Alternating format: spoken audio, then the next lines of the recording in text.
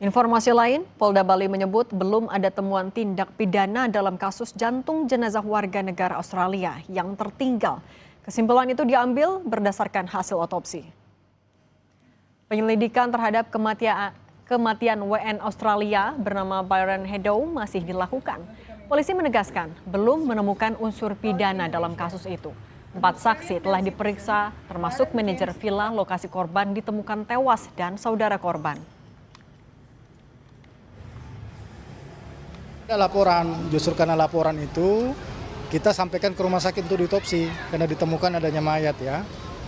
Kemudian dari hasil otopsi itu yang nanti menjadi dasar.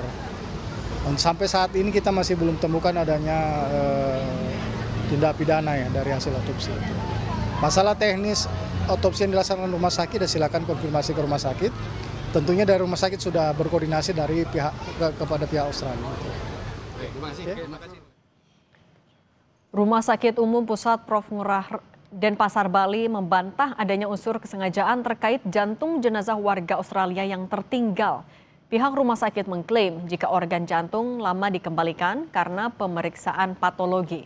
Rumah sakit juga membantah tudingan adanya praktik pencurian dan jual beli organ. Ini kan perlu proses lama pemeriksaan jadi jenazah dia untuk duluan disusul setelah ada pemeriksaan jantung yang komplit baru disusulkan. Jadi karena hal ini disebabkan karena waktu lebih panjang diperlukan untuk memproses jantung yang bersangkutan untuk bisa mencapai syarat untuk dilakukan pemeriksaan patologi. Jadi maksud yang lain, jadi saya tegaskan, saya mewakili rumah sakit Prof. Ngurah bahwa isu pencurian organ yang beredar tidak benar. Kita ke berita lainnya, Saudara. Laboratorium Kesehatan